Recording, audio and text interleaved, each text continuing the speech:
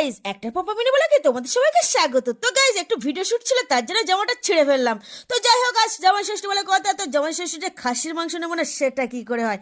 বাড়িতে এত জামাই আছে, তো 3 কেজি খাসি নেওয়ার পর আর 1 কিলো সাদা মুরগি নেওয়ার পর, মানে পোল্ট্রি মুরগি নেওয়ার পর জিতের হাতে ধরে দিলাম যে আমার খাসিতে অ্যালার্জি, তার জন্য। তো দেখো এরা রান্না বান্না শুরু করে দিয়েছে, মানে বাটা বাটি শুরু করে দিয়েছে, আর এদিকে একটু টিফিনের ব্যবস্থা চলছিল। তো কি বলতো, হ্যাঁ লঙ্কা বাটার কিন্তু কোনো লোক নেই। হ্যাঁ এতগুলো মেয়ে ছেলে থাকতেও কিন্তু লঙ্কা বাটার জন্য একজনও ছিল না। তো যেহেতু আমি অসুস্থ, সেই জন্য কিন্তু আজকের রান্নার থেকে আমাকে একটু ছুটি দেওয়া হলো। মাটনটা কিন্তু লোহার কড়াই রান্না হচ্ছিল। তো এই লোহার কড়ার বয়স আর আমার বয়স কিন্তু সেম। তো চলো এত ফাটনা পাকে মেনুতে কি ছিল তোমাদের একটু বলে। মেনুতে ছিল মুড়ি ঘন্ট, পাপড় ভাজা, আর হ্যাঁ মাছ ঝাল, আর চিকেন কষা, আর হ্যাঁ মাটন কারি। তো যাই হোক, মাটনটা আমি খাই না, সেই জন্য আমি চিকেন কষা দিয়ে খাই। তোমরা হয়তো ভাবছো দিদি আলাদা কেন বসে খাচ্ছে। তো গাইস আমার অ্যাকচুয়ালি খাসিতে খুব অ্যালার্জি। হ্যাঁ ওর গন্ধ নিলেও কিন্তু আমার গায়ে অ্যালার্জির ফুসকা ওঠে। তো তোমরা দেরি কেন? এরকম ক্লিয়ার করতে দেখতে হলে চ্যানেলটাকে সাবস্ক্রাইব করো প্লিজ।